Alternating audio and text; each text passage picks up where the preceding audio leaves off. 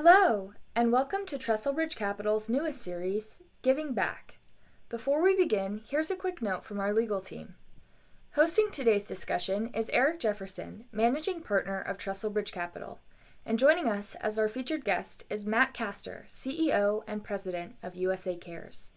This is one you won't want to miss. Let's dive in. Welcome to the first installment of Giving Back. This is our new channel where we highlight notable organizations doing some great work. Very pleased to introduce today Matt Castor, CEO of USA Cares. Matt, really excited and glad you're able to join us. Thank you, Eric. It's an honor to be here.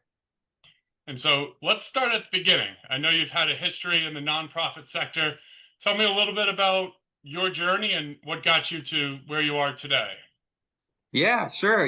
It's not, I think like many people in this industry, it's not a path that I thought I would necessarily be on, but I was in the corporate world for a lot of years and got to a point where I really wanted more purpose. I was enjoying volunteering in my spare time. I was enjoying giving back, but I really wanted to make it my focus. And a good friend of mine, Trace Chesser, was running this organization called USA Cares. And I started learning about it, but I started learning more and more about the crisis that veteran families are facing and how these families are hurting and some things that they were doing to really help. And I wanted to get involved, and getting involved ended up leading to going to work for them and led me right to here. That's great. And funny story, I was introduced to your group was actually in an unexpected delay out of the Austin airport. Was chatting with one of your colleagues and got to tell me the story. Very compelling mission, obviously. You guys also do a great job. Would be curious when you think about supporting veterans. That's a broad topic that's certainly demographic, needs a lot of help. Be curious if you could share a little bit about what that support actually looks like. Yeah, so many people say that, well, there's so many veteran nonprofits out there, Matt. And yes, there are. And in many cases, they have their own niche. They have their own lane, their own thing that they help with. So there are lots of ways to help veterans, from therapy to jobs, helping them find jobs, those types of things. But what USA Cares really focuses on is eliminating the factors that we see that often lead to veteran suicide. So we do that by stopping evictions and foreclosures of veteran families before they happen. We help them find jobs. We make car payments. We pay utilities. And this is all in an effort, Eric, to take them out of that crisis moment that they're in. When they're hitting rock bottom and they don't know where else to turn and they're having that moment of panic, we give them a moment of pause. We give them a chance to catch their breath. And we don't want to give them a Band-Aid. We really want to give them a bridge to get through where they are, that moment. And if we can get them out of that moment and get them into follow-up services to help them move forward, then a lot of times we can save those veterans. No, that's great. And again, you talk about a demographic that certainly needs quite a bit of help, but arguably deserves it more than anybody. So Absolutely. Great work there. I'd be curious when you also think about the structure of your organization, not to being a numbers guy, thinking about the end of the day. I know something that makes your group very unique is the percentage of every dollar that you receive, or ultimately how that then that's paid out. Walk us through a little bit of the financials, if you would.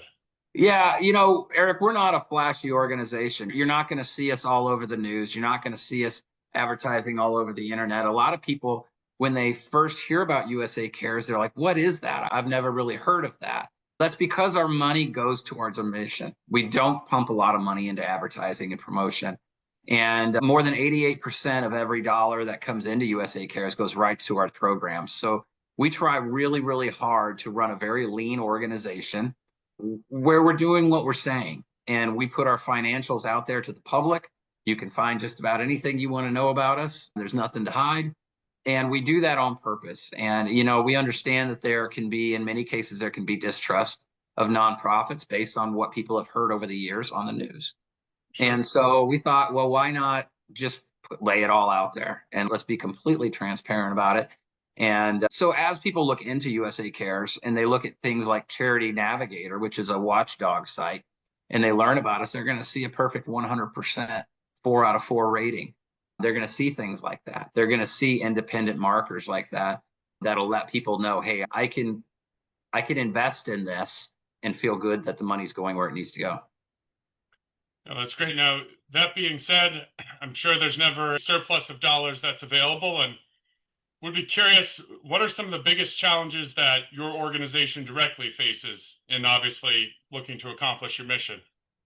Yeah, I mean, it's always going to be, I think if you lined up 100 nonprofit CEOs right here, they'd probably all tell you the same thing. We need more money. But that is the challenge. When we have over, on average, let's say 225 calls a week from families in crisis, it costs an average of $4,000 per to stop an eviction and foreclosure and feed them and keep them in their home. Simple math will tell you we're not, if you look at the size of our organization, we're not where we yet need to be. And we are very good at what we do. And it's, if we can get the funding that we need, we can take care of all these veterans that are coming to us. So we're trying to diversify our funding sources. It's one of my goals. And to broaden that for a mix of federal funding, if possible, state funding, local government funding, but also corporate funding, individual donors, some legacy giving, which is always important. So really trying to spread that out to deal with any headwinds that might come in one particular area. That's great. And then stepping back from your specific mandate, I'm curious if you had any thoughts what are things that we could all be doing better to, again, support those that have protected us?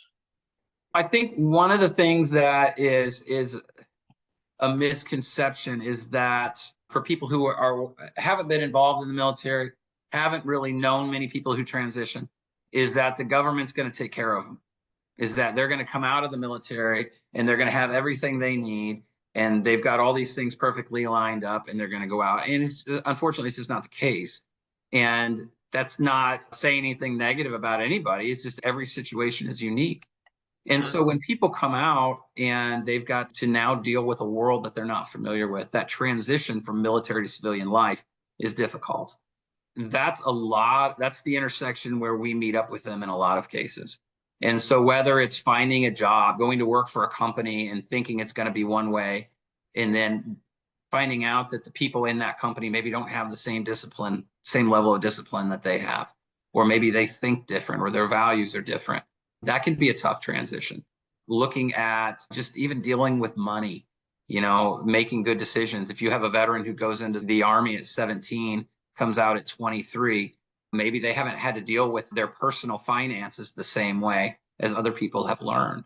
And so maybe their expenses get out of whack. So there's a lot of things like that, particularly financially, that can be a stress, can be a strain.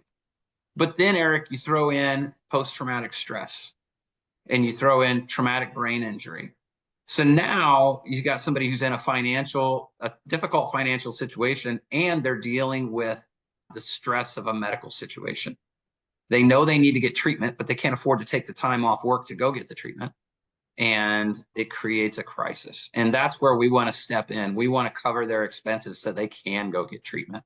We're not therapists. We're not going to be their counselors, but we can make a way for them to get to their counselor. And I think organizations like doing what we do, it's not pretty. It's not as flashy as some others, but it's very, very needed. So great story, obviously compelling mission. You've done a great job discussing it, giving some insight. Hopefully you've inspired some of our listeners, and would be curious for folks that are wanting to get involved. What are some of the ways that they can do so beyond the obvious? Well, so the obvious, go to usacares.org and learn more about us. There's some ways to get involved. There's some ways to donate. There's some ways to do that sort of thing. But also reach out. info@usacares.org is a great email address to say, I'm interested in getting involved. I'd like to learn more. Eric, we do have chapters around the country right now. And these are volunteer chapters where people who just want to give some time, give back, get involved in their community can do that.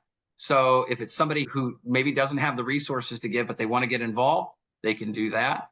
And then we'll continuously put out more information on our newsletter, on email blasts and that sort of thing, of some events and some things we have coming up. So definitely they can reach out at that same email address and just ask to be added to a distribution list.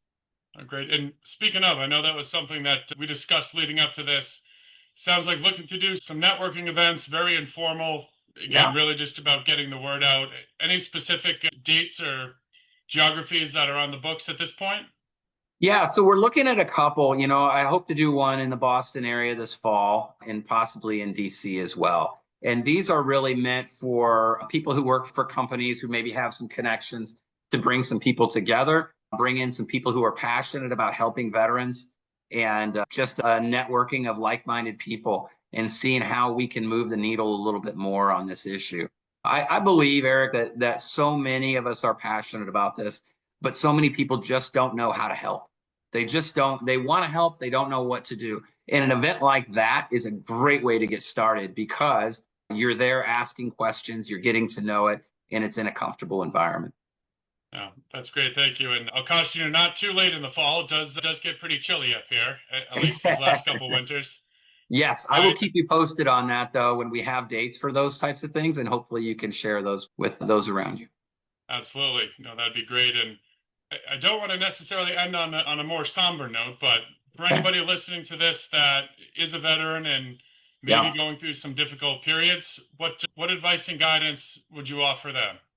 The first thing I'd tell you is if you think you might be having a problem, reach out.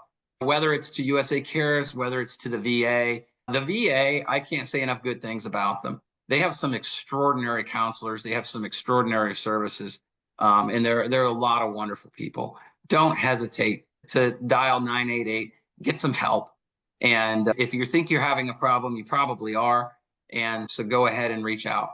If you're someone who, like a lot of us men, are pretty proud and you don't want to ask for help, get over it and ask for help. If you're in a financial crisis, reach out to us. Let us see what we can do. If we can't help you, we'll get you to people who can. But we're losing too many veterans right now at 22 veterans a day on average, taking their life to suicide. We can't have that. And it's our mission to do something about that, one veteran at a time. And we're going to do that. I know in our case, we'll respond to veterans right away when they call in. And in many cases, we can resolve their issues in 48 hours or less. So we work quickly. We want to hear from you. We want to help you. But if it's not us, reach out to somebody. No, that's great. And Matt, thank you again for everything you do. Obviously, that is a tremendous mission. And like you said, there's a lot of people that need all of our help. So my goal in this is give some more visibility to, again, some organizations that are doing some truly very impactful and meaningful work. So on behalf of everybody, thank you for what you do in the organization that you lead. It's truly an honor. And thank you so much for your time. My pleasure.